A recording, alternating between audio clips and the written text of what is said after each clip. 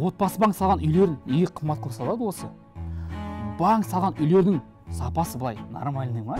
Біз де бұндай сұрақтарды естідік, достар. Сондықтан дәл осы видеода бұл сауалдарды тарқататын боламыз.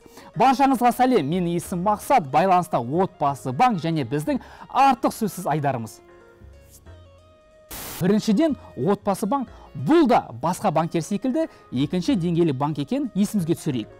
Отбасы банк арқылы қолданыстағы, яғни өзіңіздің пәтеріңізді жөндеуге, немесе жер үй салуға несие рәсімдеуге болатын айтпағанда, кез келген пәтерді тіпті жер үй сатып алсаңыз да болады. Және отбасы банк үй салумен айналыспайды.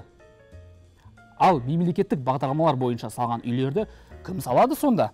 Иә, ол үйлерді әкімшілік тапсырмасы бойынша жеке құрылыс компаниялар салып, оларды мемлекеттік бағдарламалар бойынша сатылымға шығарады. Ал отбасы банк бұл бағдарламалардың оператор болып табылады. Яғни клиенттерге конкурс ұйымдастырып, конкурстан өткен азаматтарға несие рәсімдеу жағына жауап береді. Ал әкімшілік салатын болса, бұл пәтерлердің барлығын несиеге емес, неге халыққа таратып бермейді?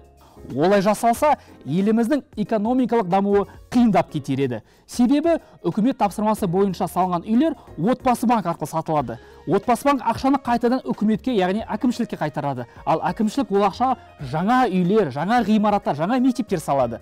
Осылайша қаражат үнемі айналымда болып, бірін баспанамен, ал екіншісін жұмыспен қамтамасыз етеді.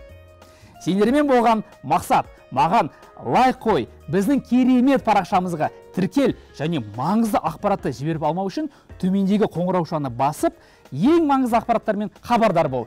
Келесі кездескенше.